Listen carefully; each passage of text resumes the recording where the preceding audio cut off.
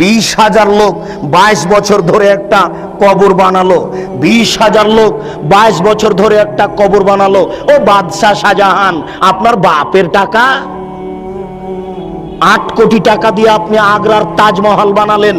সেই কালে 8 কোটি টাকা দিয়ে সারা বাংলাদেশ, ভারত, পাকিস্তানের প্রত্যেকটা জেলাতে একটা ইসলামী বিশ্ববিদ্যালয় করা যেত।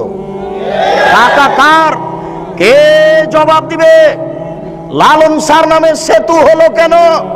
কুষ্টিয়ার পাকশি সেতু হবে, আমার টাকাও সেখানে আছে। লালন শাহ আবার কে? হিন্দু কি মুসলমান আমি নিজেই জানি না। কার নামে আমার সেতু হবে? মানে কারো বাপের টাকা নাকি?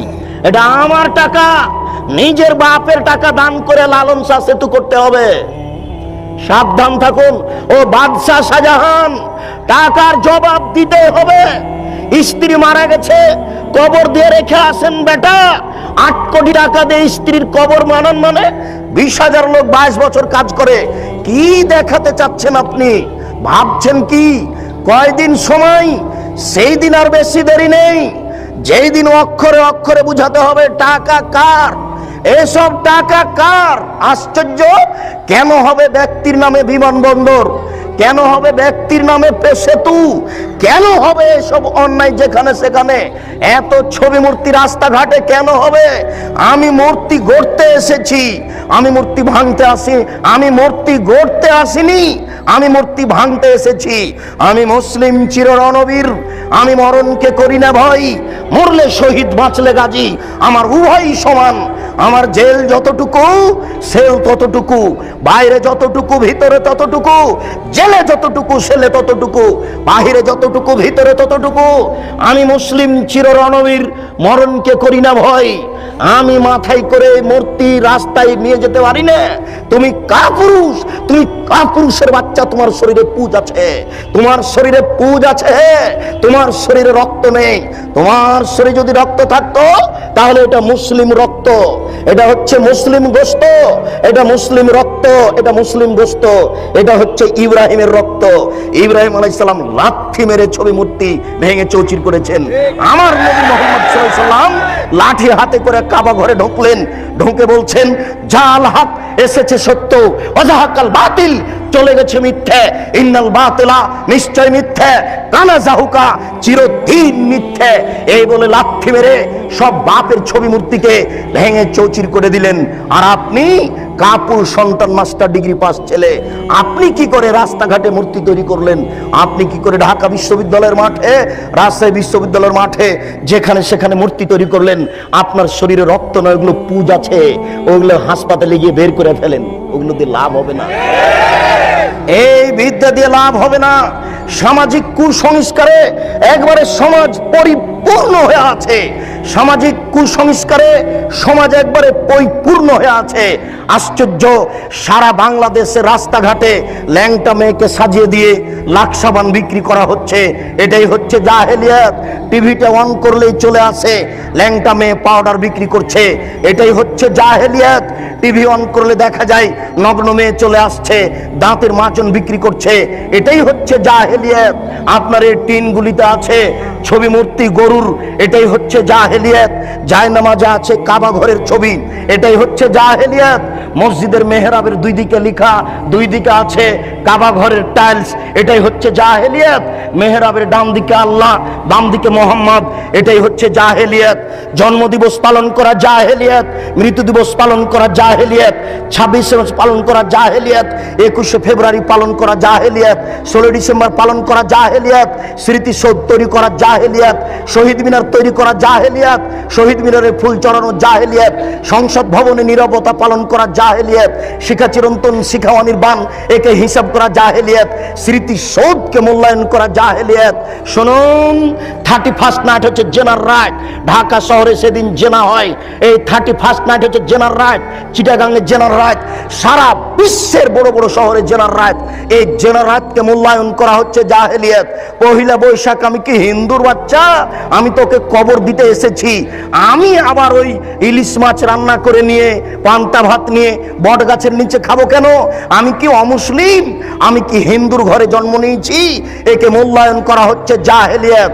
রাস্তাঘাটে ছবি মূর্তি তৈরি করা জাহেলিয়াত, একটা আর একটার নামে চালু করে দেওয়া জাহেলিয়াত। এই সমাজে জাহেলিয়াত পরিপূর্ণ হয়ে আছে। এগুলো হচ্ছে জাহেল নেতাদের কাজ। এবার আসেন একটু হুজুরের অবস্থা। হুজুরের অবস্থা বড় জটিল। সামাজিক জাহেলিয়াতের চেয়ে হুজুরের অবস্থা অনেক অনেক অনেক বেশি কঠিন। বুঝতে পারলাম না। আমার রাজশাহী নওদাপাড়া মাদ্রাসার পাশে লেখা আছে, নওদাপাড়া মাদ্রাসার পাশে দুইটা সাইনবোর্ড দেওয়া আছে যে ওরসে পাক আপনার ওই শাহচন্দ্রপুরী। সারা বাংলাদেশে যে ফেস্টুন ব্যানার দেওয়া হয়েছে, এই সারা বাংলাদেশের ব্যানারের পিছনে কয়েক কোটি টাকা খরচ আছে। আপনাকে বুঝে নিতে হবে এটাই ধর্মের নামে জাহেলিয়াত। সারা বাংলাদেশের মাটিতে যেখানে সেখানে লেখা আছে বিশ্ব আশেক রাসূল সম্মেলন। কে করলো? মনে হচ্ছে যে রাতে রাতে হয়ে গেছে। দেওয়াল লিখতে কয়েক কোটি টাকা খরচ আছে। এটাই হচ্ছে জাহেলিয়াত। আশ্চর্য। গতকালকে 11টার পরে আমি হাজিদের এক সম্মেলনে নাটোরে বক্তব্য দিচ্ছিলাম। সব হাজি প্রায় 250-300 হবে, 300 জন প্রায় হাজি হবে উপস্থিত।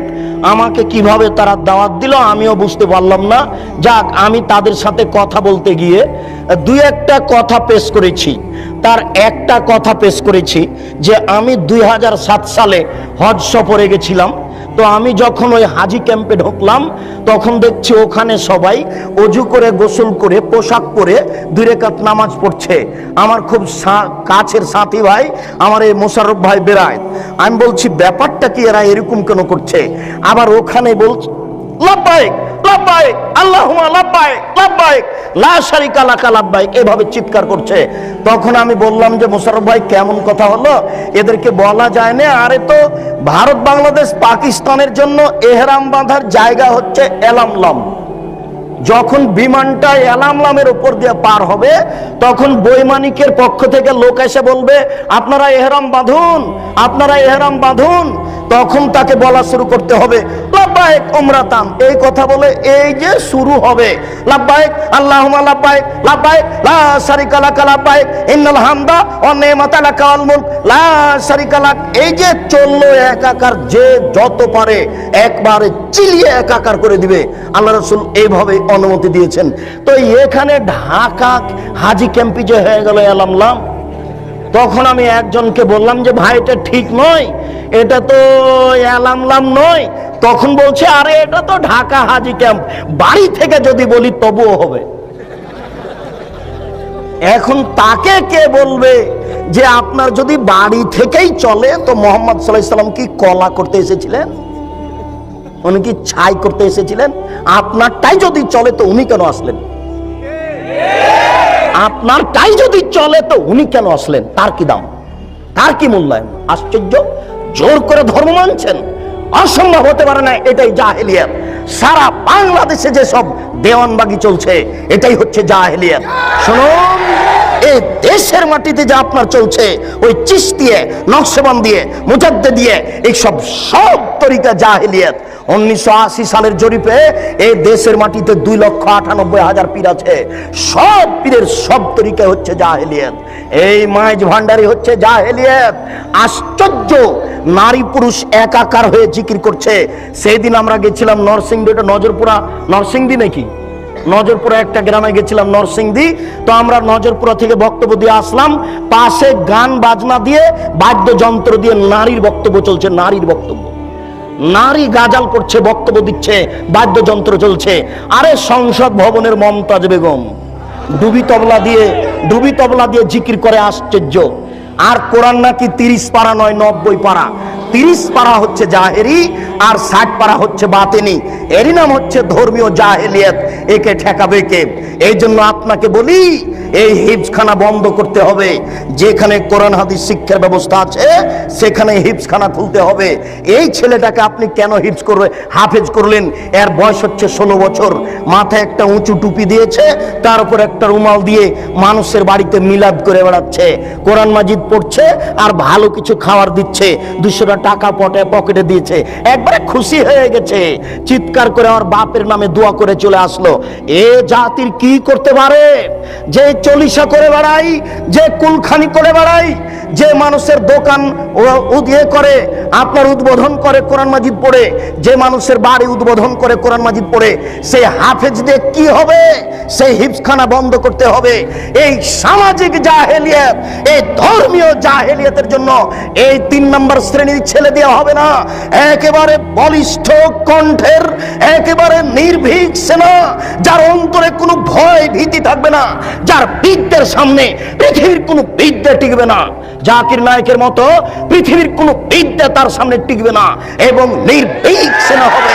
আমি মুসলিম চির রণবীর, মরণকে করি না ভয়, মরলে শহীদ বাঁচলে গাজী।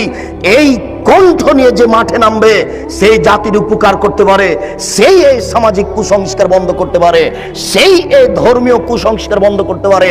তাছাড়া এইসব হাফেজ দিয়ে কাজ হবে না। এ তো মানুষের দোকান উদ্বোধন করে, এ তো মানুষের বাড়ি উদ্বোধন করে, এর দ্বারা শরীয়তের কি আশা করা যেতে পারে? শুনুন, ওই পশ্চিম দিকে গাধাতে ইট বহে, গাধাতে কি বহে? ইট বহে। ভ্যান যেখানে যেতে পারে না, গাধা সেখানে যেতে পারে। অনেকগুলি ইট আপনি গাধার উপরে চাপিয়ে দিয়েছেন, এরপরে যেখানে নামাতে হবে সেখানে গাধা চলে গেল। এবার আপনি কি করেছেন? আপনি বইয়ের দোকানদার, অনেকগুলি কোরআন মাজিদ তার উপরে তুলে দিয়েছেন, ও চলে গেল আপনার কোরআনের দোকানে। তো গাধা কি জানতে পারলো যে এখন কোরআন না ইট? ও তো জানতে পারলো না যে আমার পিঠে কোরআন আছে না ইট আছে। তো যেই ব্যক্তি শুধু কোরআন মুখস্থ করলো, দাওয়াত খেয়ে বেড়ালো, এ তো বুঝতে পারলো না যে কোরআন, এই কোরআনের ভিতরে আছে জাল হক এসেছে সত্য, ওয়াজাহাকাল বাতিল চলে গেছে মিথ্যে, ইন্নাল বাতিলা নিশ্চয় মিথ্যে, কানা জাহুকা। এই দেশের জাহেলিয়াতকে লাথি মেরে ডুবিয়ে দিতে চাই, এই দেশের অন্যায়কে যে কোনো মূল্যে উৎখাত করতে চাই। আল্লাহ, তুমি বড় দয়াবান, তুমি বড় রহমান, তুমি বড় ক্ষমাশীল, তুমি বড় শক্তিশালী। তোমার শক্তির দরবারে আশাধারী হয়ে বলছি, আমি বন্ধা হলে কি হবে? আমার স্ত্রী বন্ধা হলে কি হবে? আমার বয়স 80 হয়েছে, তাতে কি হবে? আমার স্ত্রী বন্ধা হলে কি হবে? এমন একটি ছেলে তুমি দান করো, যেই ছেলে এরকম বিদ্যা অর্জন করবে এবং যে কোনো অন্যায়ের বিরুদ্ধে লড়ে পড়বে, জেল সুলি ফাঁসির 5 পয়সা দাম দিবে না। এরকম ছেলে একটা তোমার দরবারে দাবি রেখে সামনের দিকে আগাচ্ছি। আলেমদের অবস্থা, আনাস রাদিয়াল্লাহু তাআলা আনহু বলেন, রাসূল সাল্লাল্লাহু আলাইহি ওয়াসাল্লাম বললেন, রাআইতু লাইলাতান উসরিয়া বি, আমি এক রাতে একদা আমি নিজেকে দেখলাম জিবরাইল আমাকে উপর দিকে নিয়ে চলে যাচ্ছেন। আমাদের নবী বলছেন, জিবরাইল একদা আমাকে উপর দিকে নিয়ে চলে যাচ্ছেন, যেতে যেতে দেখি অনেক মানুষ, তুকরাজো সাফাহুম বিমাকারিজা মিনান নার, যাদের ঠোঁট এবং জিহ্বাকে আগুনের কেঁচি দিয়ে কেটে দেওয়া হচ্ছে। আমি বললাম, জিবরাইল মান হাউলায়, এরা কারা? হায় হায়, যাদের ঠোঁট এবং জিহ্বাকে আগুনের কেঁচি দিয়ে কেটে দেওয়া হচ্ছে, এরা কারা?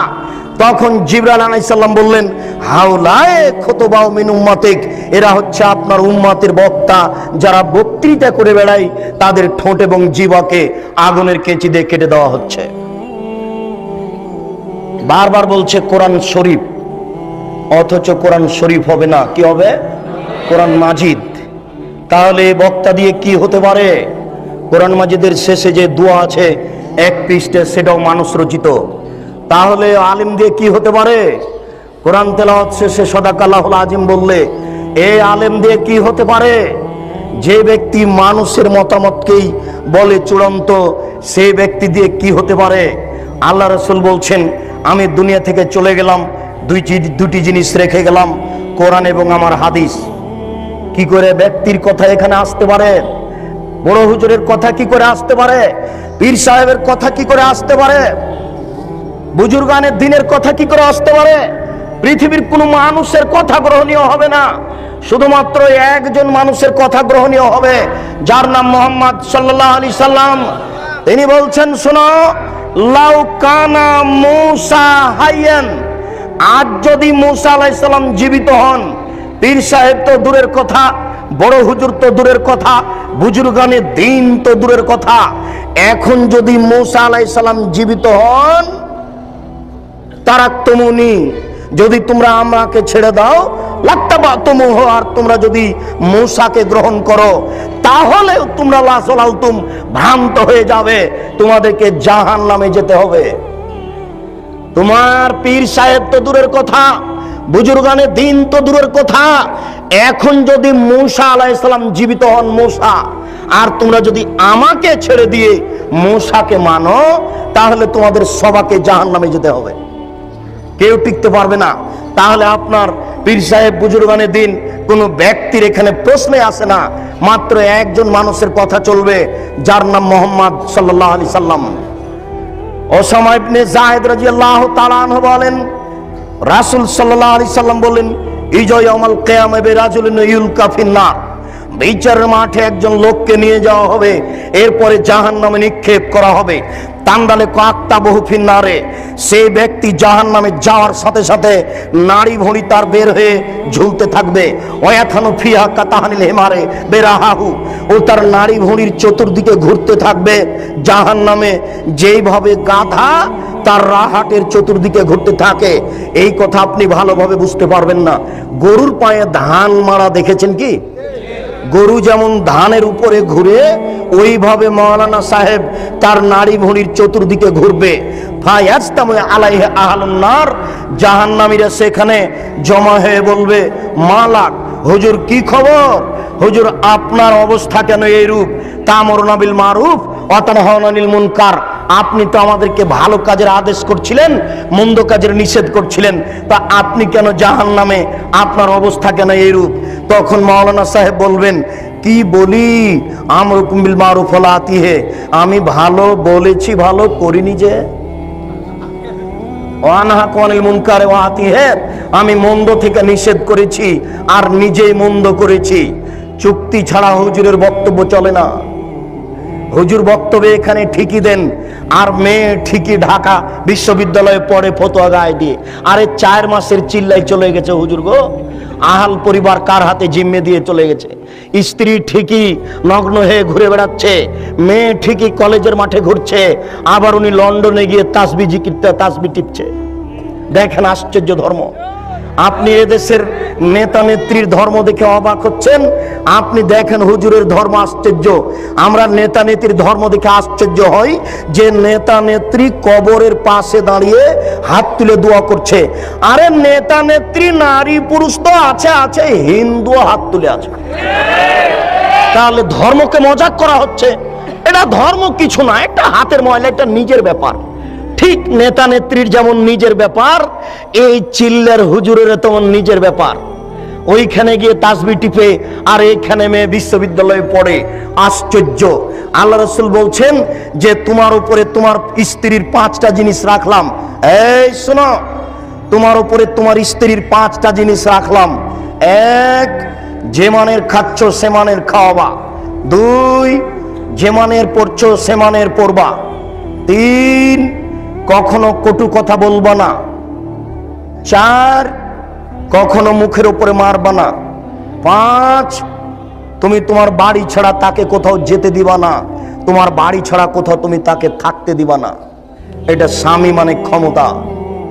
স্বামী মানে ক্ষমতা। চাচির বাড়ি যেতে পাবে না, খালার বাড়ি যেতে পাবে না, ফুফুর বাড়ি যেতে পাবে না, মায়ের বাড়ি যেতে পাবে না। যেতেই যদি হয় তাহলে 3 দিনের বেশি থাকতে পাবে না। 3 দিন থাকলে আপনাকে সাথে থাকতে হবে। 3 দিনের বেশি থাকলে সাদকা হয়ে যাচ্ছে, ওটা আপনাকে খরচ দিতে হবে, টাকা আপনাকে দিতে হবে। 3 দিনের পরে যেটা আপনার শ্বশুর বাড়িতে খাবে ওটা সাদকা, অতএব 3 দিনের পরে চলবে না।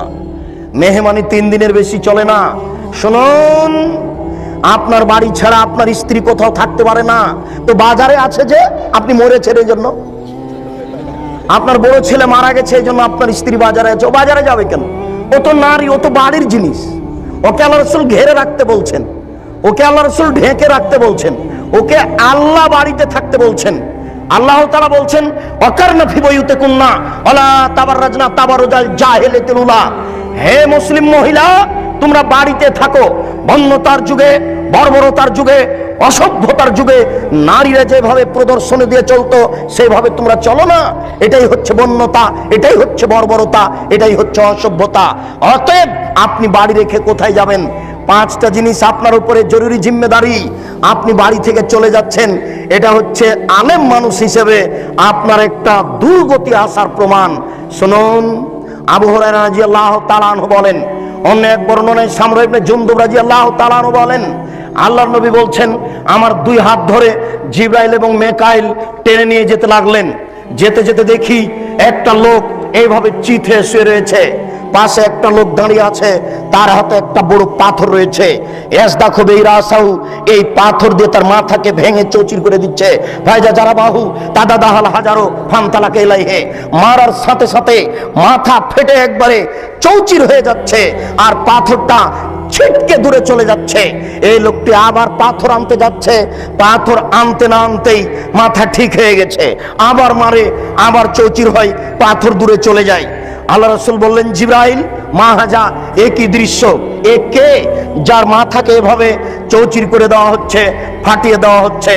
তখন জিবরাইল বললেন, হো আলেম, উনি হচ্ছেন মওলানা মানুষ, কোরআন হাদিস জানতেন কিন্তু সে অনুযায়ী চলতেন না, এই জন্য তার মাথাকে ভেঙে চৌচির করে দেওয়া হচ্ছে। পৃথিবীর কোন পাপীকে মেরে তার মাথা ফাটিয়ে দেওয়া হবে না। পৃথিবীর কোন পাপীর এই ঠোঁট এবং জিহ্বা আগুনের কেচি দিয়ে কেটে নেওয়া হবে না। পৃথিবীর কোন পাপীর ঠোঁট এবং জিহ্বাকে আগুনের কেচি দিয়ে কেটে দেওয়া হবে না। পৃথিবীর কোন পাপীর মাথাকে এই পাথর দিয়ে ফাটিয়ে দেওয়া হবে না, চৌচির করে দেওয়া হবে না। এটা হচ্ছে শুধু হুজুরের কাজ।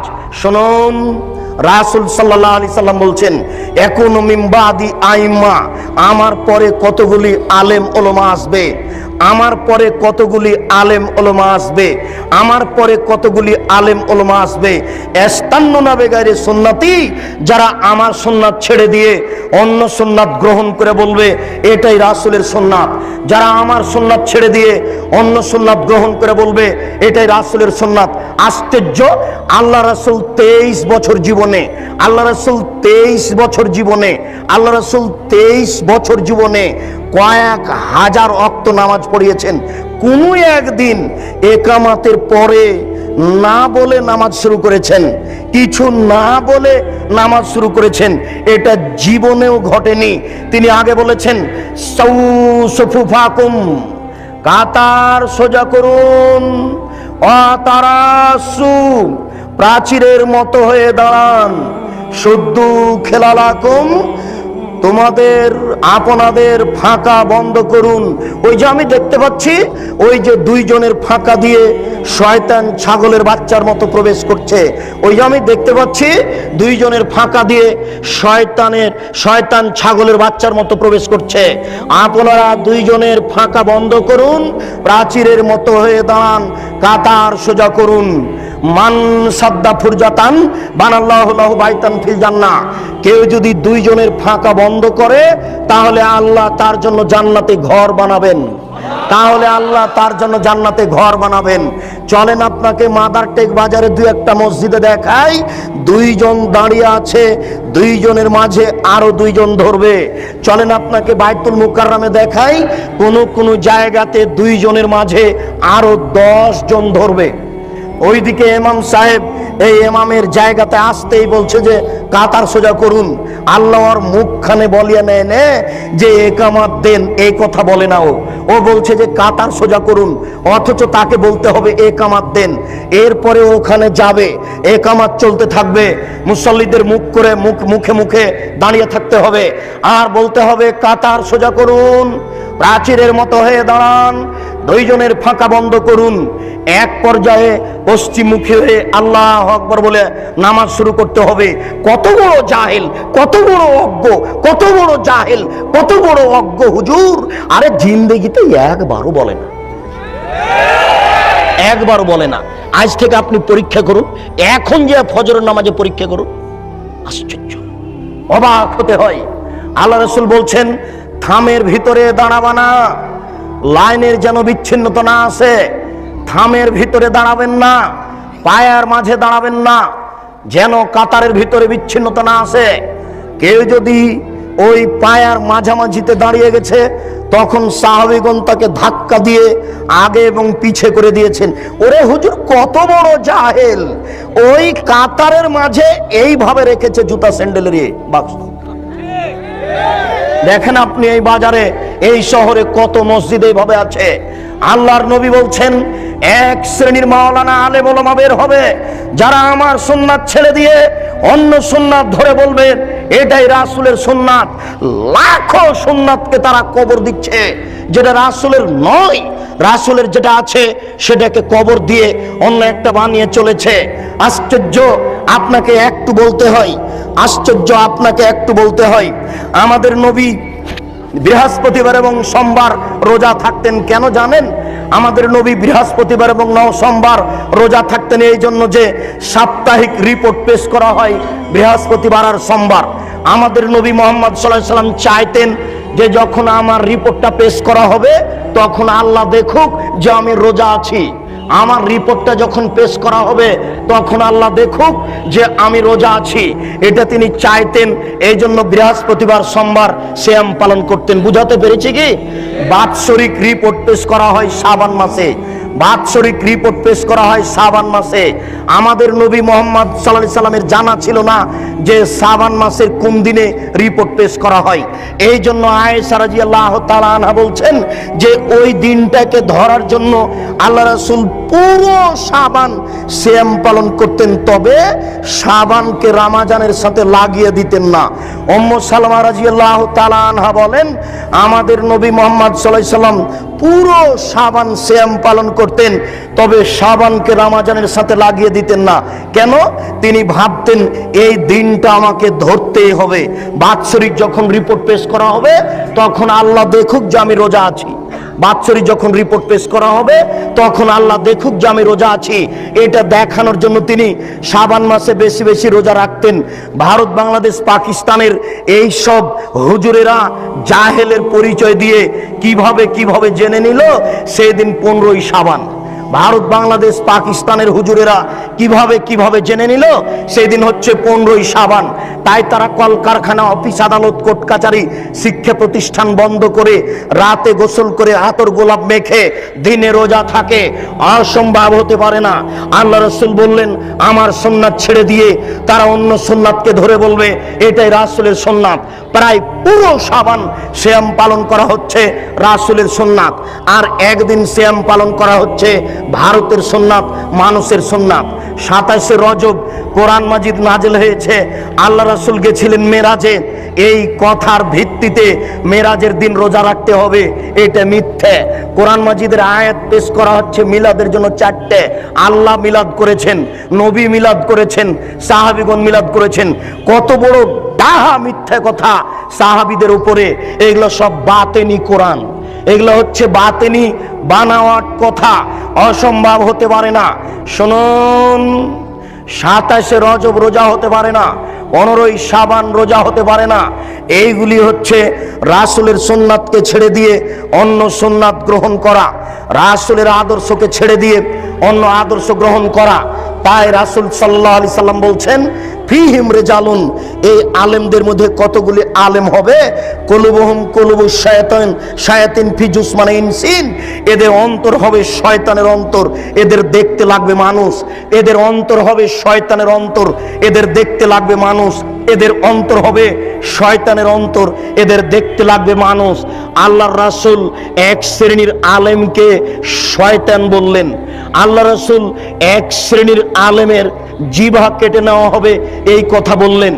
এক শ্রেণীর আলেমকে জাহান্নামে নিক্ষেপ করা হবে, তার নাড়ি ভুঁড়ি বের হয়ে ঝুলতে থাকবে এই কথা বললেন। এক শ্রেণীর আলেমকে একবারে চিৎ করে ফেলে দিয়ে মাথা ফাটিয়ে চৌচির করে দেওয়া হবে এই কথা আল্লাহ রাসূল বললেন। প্রায় হাদিসগুলি বুখারী মুসলিমের। আপনাকে আমি এই অংশে দেখালাম সামাজিক জাহেলিয়াত আর আলেমদের জাহেলিয়াত। অতএব সামাজিক জাহেলিয়াত ঠেকানো যেমন জরুরি, আলেমদের জাহেলিয়াত তেমন ঠেকানো জরুরি। কে সব জাহেলিয়াত ঠেকাবে? হুজুর, আপনি টুঙ্গির মাঠে লক্ষ লক্ষ জনগণকে নিয়ে হাত তুলে দোয়া করছেন। আপনার কথা তো খুব ভালো লাগে যখন আপনি বলেন সুবহানাল্লাহ বললে এত নেকি হয়, আলহামদুলিল্লাহ বললে এত নেকি হয়, আল্লাহ আকবার বললে এত নেকি হয়। সুন্দর করে ওযু করে 2 রাকাত নামাজ পড়লে অতীতের সব পাপ ক্ষমা হয়ে যায়। আপনার ভালো কাজের আদেশ তো খুব মিঠা লাগলো। আপনি যখন হাত তুলে দোয়া করছেন তখন এই দেশের নেতা নেত্রী সামনে আছেন, এই দেশের লাখো লাখো জনগণ সামনে আছে। আপনি হাত তুলে দোয়া করার পূর্বে বলবেন, শুনুন দেশবাসী, দেশের নেতা নেত্রী শুনুন, মহান আল্লাহ যেখানে ভালো কাজের আদেশ করতে বলেছেন সেখানে মন্দ কাজের নিষেধের কথা বলেছেন। অতএব আমি টুঙ্গির মাঠে মন্দ কাজের নিষেধ করতে বলতে চাচ্ছি। আলী রাদিয়াল্লাহু তাআলা আনহু বলেন, রাসূল সাল্লাল্লাহু আলাইহি সাল্লাম বলেন, আলী লা তাদুতিম সালান ইল্লা তামাস্তাহু, আলী তুমি ছাড়বে না কোন ছবি মূর্তি, সবকে ভেঙে খান খান করে দাও। ওলা কাবরান মুশরিফান ইলা সাইতাহু, ছাড়বে না তুমি উঁচু কবর, সবকে ভেঙে সমান করে দাও। অতএব আমি হাত তুলে দোয়া করার পূর্বে মন্দ কাজের নিষেধ করতে বলতে চাচ্ছি। 24 ঘন্টার মধ্যে বাংলাদেশে যত উঁচু কবর রয়েছে, শাহজালাল সিলেটি, শাহপরান, গোলাপ শাহের মাজার, আর আপনার শাহ নিয়ামতুল্লাহর কবর, আর যত উঁচু কবর আছে সবকে ভেঙে দিতে হবে। এই দেশে যত ছবি মূর্তি আছে 24 ঘন্টার মধ্যে সবকে ভেঙে দিতে হবে। মন্দ কাজের নিষেধ।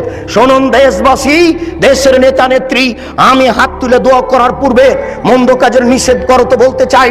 টাঙ্গাইলের পতিতালয় বন্ধ করতে হবে, ফরিদপুরের পতিতালয় বন্ধ করতে হবে। বাংলাদেশের মাটিতে 24 ঘন্টার মধ্যে যত পতিতালয় রয়েছে সব বন্ধ করতে হবে।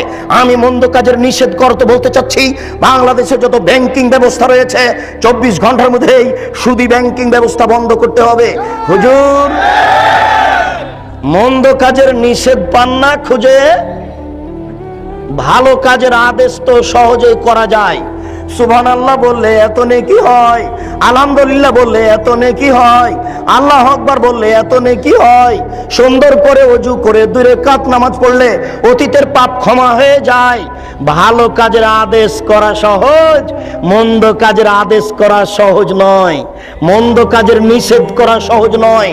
এই জন্য লোকমান হাকিম তার ছেলেকে বলছেন, আব্বু ওয়ামুর বিল মারুফ ওয়া নাহি আনিল মুনকার, বেটা ভালো কাজের আদেশ করো, মন্দ কাজের নিষেধ করো। ওয়াসবির আলা মা সাবাক, বেটা মন্দ কাজের নিষেধ করলে জেল সুলি ফাঁসি হবে, ওই সময়তে ধৈর্য ধারণ করিও। মন্দ কাজের নিষেধ করলে জেল সুলি ফাঁসি হবে, মন্দ কাজের নিষেধ করলে ধৈর্য ধারণ করিও। ইমাম আবু হানিফার ইতিহাস পড়ে শেষ করলেন, ইমাম আহমদ ইবনে হাম্বলের রাহিমাহুল্লাহর ইতিহাস পড়ে শেষ করলেন, কিন্তু তার চরিত্র, তার দাম্ভিকতা, সাহসতা নিজের ভিতরে নিয়ে আসার চেষ্টা করবেন না। শুনুন দেশবাসী, একটা কথা মনে রাখবেন, মহান আল্লাহ বলেন, ইয়া আইয়ুহাল্লাযীনা আমানু আতিউল্লাহ ওয়া আতিউর রাসূল ওয়া লা তুবতিলু আমালাকুম, হে পৃথিবীর বিশ্বাসীগণ, তোমরা আল্লাহকে মান্য করো, রাসূলের আনুগত্য করো, তোমাদের আমল বাতিল করো না। শুনুন উপস্থিত বৈঠকের দিনী মুসলিম ভাই ও বোন, আল্লাহ তাআলা 1 নম্বর আয়াতে বলেছেন, আল্লাহকে মান্য করুন, রাসূলের আনুগত্য করুন, তোমাদের আমল বাতিল করো না।